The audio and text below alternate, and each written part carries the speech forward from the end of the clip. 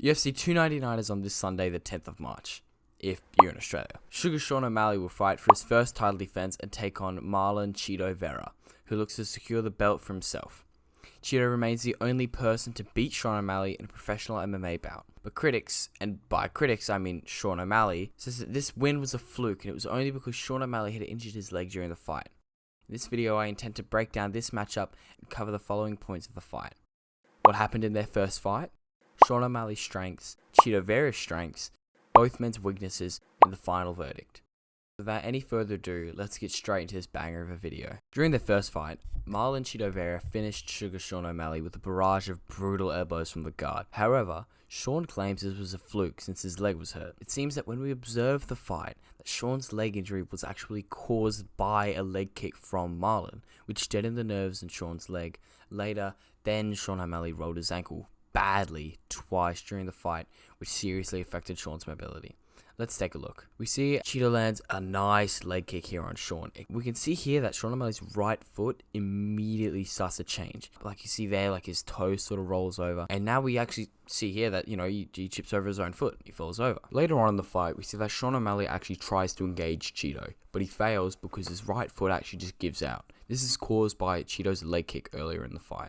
Later on in the fight, we see Sean make a fight-ending mistake by trying to rush Chito. Chito does what he always does and handles the blitz very well.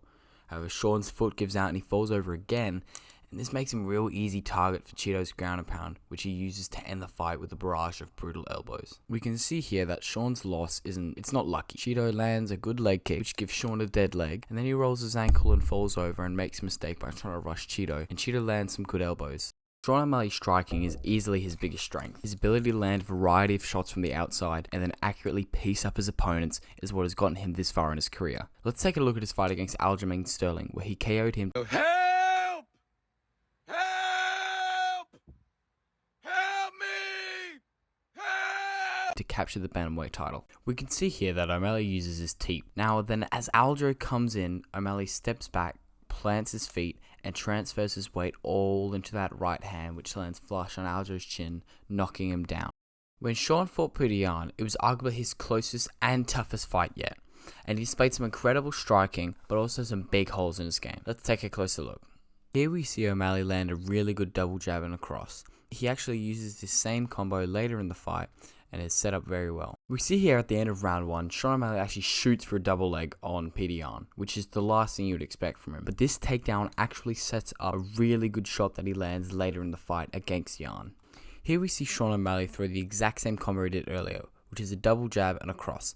This is important because he uses this far more than you would expect. We see here Sean O'Malley lands a really big left hand, but why? He lands this shot because Yan is standing too tall, which means he isn't able to use head movement and has to rely on parrying. Another thing we see from O'Malley here is that he actually looks low and drops his hands low. This reminds Yan of the takedown he scored in round 1. His first instinct is to also drop his lead hand because he's worried O'Malley's going to shoot for a takedown. Obviously this leaves him wide open, and that's when O'Malley comes over the top with his big left hand. Marlon Chito Vera is a great striker with great distance management, power, and accuracy, as well as some amazing fight IQ. When Chito fought Dominick Cruz, it was a big test for him, and he passed with flying colors, knocking out the consensus bantamweight GOAT in dramatic fashion. Now let's take a look at that fight. The first thing I want to discuss is this part here in the first round, where Dominick Cruz throws a heavy leg kick at Chito Vera, which clearly affects him.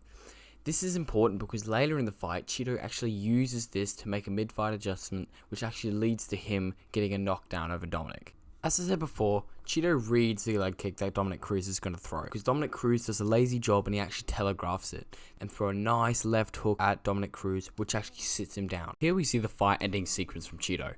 As Dominick Cruz tries to exit, he leaves his hands low and ducks his head to the right, and Chito makes a beautiful read and follows him up with a giant head kick which knocks Cruz out. One thing I would also really like to bring up is the fact that Dominick Cruz and Sean O'Malley have very similar movement styles. They both use fancy footwork and move around the octagon very similarly. So if Chito could make the reads and land a head kick on Dominick Cruz, he may be able to do the same to Sean. For all of Sean's strengths he also has some holes in his game which he needs to address before Chito does. For examples of these, let's have a look at his fight with Petr Yan in round 2. We see that Petr Yan and Sean O'Malley are in opposite stances. This means that the lead hand battle is the most crucial thing. Yan uses his right hand and sticks it in O'Malley's face. This is Jan's way of measuring distance. What he does from here is he throws a jab. Now Sean O'Malley overreacts to the jab and leans too far back. This means that when Jan throws his left hand, O'Malley has nowhere to go and he absorbs the full force of it.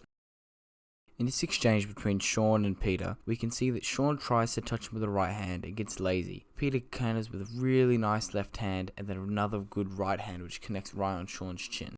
While Sean may not be perfect, neither is Chito.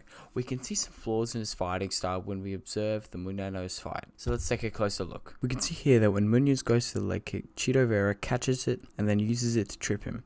He does this by reaching down as the kick is thrown and grabbing it, instead of just checking the kick. We see here that in round 3, Munoz throws a low kick which is catched by Chito Vera. He then counters with a right hand to the chest, causing Munoz to stumble back. Normally catching kicks is a good thing, but I think in this circumstance, because they are low kicks, it is very dangerous, since if you miss, you've gone all the way down and you can leave yourself very open. And against someone like Sean O'Malley, Chito needs to be very careful if he does this. After all the analysis, we've come to the part where I must make my picks, and I can honestly say that this is a very tough decision. Sean's striking is clean and his right hand is very powerful, and he utilizes his teep very well. Chito has great speed, an amazing jab, great defense and blocking, and phenomenal head kicks.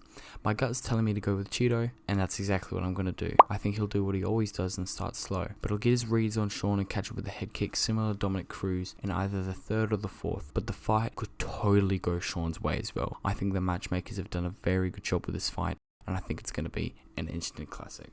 Thanks for watching guys, make sure to tune in next time.